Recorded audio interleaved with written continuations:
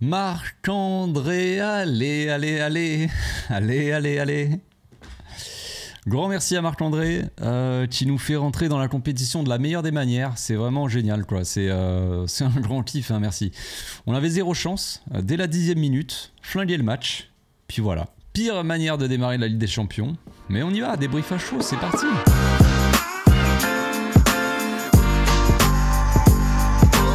Au passage, n'hésite pas à nous rejoindre si c'est pas encore fait et à partager la chaîne autour de toi, ça fera plaisir à tonton. Difficile à... je sais pas, je ne sais pas trop quoi dire après ce match là parce que c'est vrai que c'est compliqué, on a vraiment l'impression, j'allais dire, d'avoir joué à 10, presque à 9 même peut-être, par moment, mais voilà, on était très inférieurs numériquement sur le terrain, j'avais l'impression qu'ils étaient à chaque fois en 3 contre 1 les joueurs de Monaco, voilà, compliqué en fait. En fait, à partir du moment où tu te tires une balle dans le pied dès la 10e minute, ça résonne, il y a un peu cet écho, oh ouais, cet écho super entre le match de Ligue des Champions, le dernier match de Ligue des Champions qu'on a joué, vous vous souvenez contre le PSG là, le petit carton rouge qui au final t'élimine concrètement. Eh ben on a choisi peut-être de démarrer aussi, petit clin d'œil à la saison dernière, peut-être pour dire au revoir, un dernier adieu à tous ces mauvais souvenirs, je ne sais pas, mais voilà, on démarre direct, carton rouge, un peu la même faute, sauf que cette fois-ci, bon, Ter Stegen fait une passe à Eric Garcia, on sait pas pourquoi il lui fait la passe là, il n'était pas prêt à la recevoir, il lui demande le ballon, Ter Stegen lui donne pas, et puis une fois qu'il va pour se barrer, tiens vas-y prends le ballon, ah ouais mais trop tard, incompréhension, Garcia qui a ce mauvais réflexe aussi, hein, à l'image de... on avait appelé ça, on avait fait une petite description de cette action de débilos de Ronald Araujo qui, à la limite, laisse marquer, tu vois. Et comme ça, il n'y a pas de rouge et après tu peux quand même, t'es toujours dans le match. Alors là, c'est que le premier match de poule ou de... je sais pas comment on peut appeler ça, mais c'est que le premier match de Ligue des Champions, il n'y a rien de définitif. On a perdu ce match-là, c'est pas la fin du monde. Voilà, c'est très mauvais de démarrer comme ça par une défaite, évidemment, contre un adversaire où tu es censé être au-dessus quand même. Parce qu'il y a ces matchs il y a ces plusieurs matchs-là. Il y a 4 matchs compliqués. Pour moi, il y avait 4 matchs compliqués et il y avait 4 matchs faciles ou abordables où normalement tu étais censé gagner ce match. Pour moi, Monaco en faisait partie. Pas des matchs compliqués, des matchs que tu étais censé gagner. Pas le cas. Mais c'est quand même pas la fin du monde. C'est pas la fin du monde, mais voilà, c'est ce réflexe, ce mauvais réflexe de Garcia aussi qui se bat, il essaie de garder la balle, voilà, il fait la faute bête, carton rouge, hein. C'est la dure loi du sport, donc voilà, c'est très compliqué de démarrer comme ça au bout de 10 minutes. Après, il marque rapidement. Ter Stegen, des grands soirs. Ter Stegen, c'est Xavi Prime. Vous savez, Xavi, quand il était au milieu de terrain, il scannait souvent comme ça. Ter Stegen, il est dans les cages et il scanne un peu, il regarde les ballons passer à côté de lui. Attention quand même au torticolis, Ter Stegen, parce que force de rester comme ça un petit peu, ça fait un petit peu mal à la nuque. J'espère que les masseurs ils vont activer leur pouce sur les cervicales de Ter Stegen. C'est dur. Mais bon, après, voilà, on avait cette sensation qu'on pouvait pas faire grand chose, que Monaco était largement supérieur. Puis ils ont fait leur match, en plus Monaco a fait un bon match, hein, en plus de ça. Lamine Yamal qui nous a gardé un petit peu dans l'espoir de pouvoir peut-être faire un match nul ou peut-être aller chercher une petite victoire à l'arrache complet, on l'aurait prise. Hein. On aurait pris la victoire sans problème. Hein. On n'était pas assez fort. C'est ce qu'on disait la saison dernière, quand on avait dit ça par rapport au PSG, on avait dit à partir du moment où t'es à 10, c'est fini. C'est fini, on a vu le match, on était trop pressé, on subissait trop. Et il y en a qui disaient ouais mais c'est pas la faute de Ronald, le rouge, on aurait quand même pu garder le score si on avait défendu machin, si on avait tenu le résultat. PSG Monaco, même combat. Monaco n'a pas le niveau du PSG de la saison dernière et pourtant on n'arrive quand même pas à garder ce score ou en tout cas aller chercher la victoire ou au moins un nul parce que c'est trop compliqué, les joueurs il y a trop d'espace, on a passé le match était désagréable de fou, passer notre temps à dégager des longs ballons sur Lewandowski qu'on n'a pas vu du match, hein. Compliqué, passer notre temps à dégager voilà les ballons, Lewandowski, allez démarre-toi, ou Rafinha ou Lamine devant, allez hop, long ballon et après on essaie, on voit ce qu'on fait. C'est pas les matchs les plus agréables, hein, mais le contexte fait que, est-ce qu'on avait vraiment le choix? Je ne sais pas. Je ne sais pas.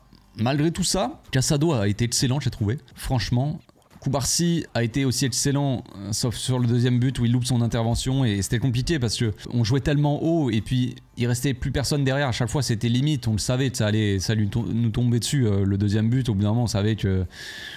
moi je le voyais personnellement, je me suis dit bon, si on perd 3-1, un truc comme ça me choque pas quoi. Ils partaient tout le temps dans le dos, il y avait 50 occasions, au bout d'un moment ça allait forcément rentrer. Mauvaise interprétation, Koubarsi qui loupe le ballon, Inigo Martinez qui est pris de vitesse, tu peux pas faire grand chose, hein.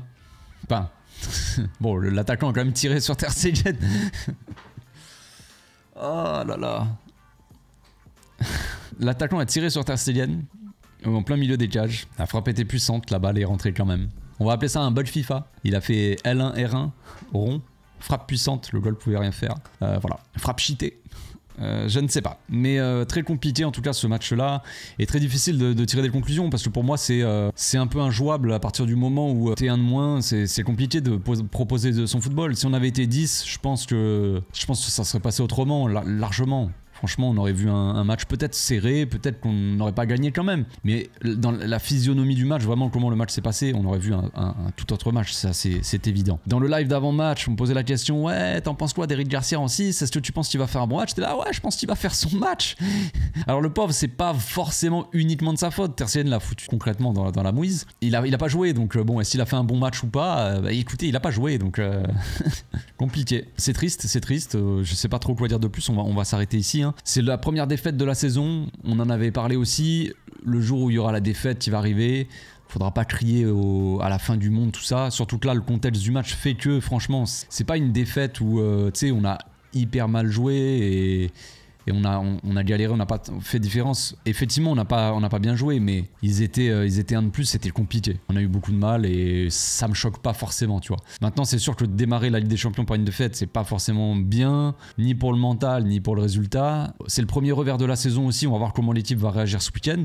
On va voir comment Flick va réagir aussi par rapport à son équipe, le discours qu'il va avoir avec son équipe. Il va falloir se remettre en avant, tu vois, genre là, c'est bon quoi. On va pas rester bloqué sur la première défaite en Ligue des Champions, enfin la première défaite de la saison. Comme je l'ai dit, c'est pas la fin du monde. Il reste encore pas mal de matchs à jouer en Ligue des Champions. Il y en a encore plus qu'avant, donc il y a le temps de se rattraper. C'est pas un bon résultat, mais voilà, c'est pas la fin du monde. Faut pas crier à la catastrophe, quoi.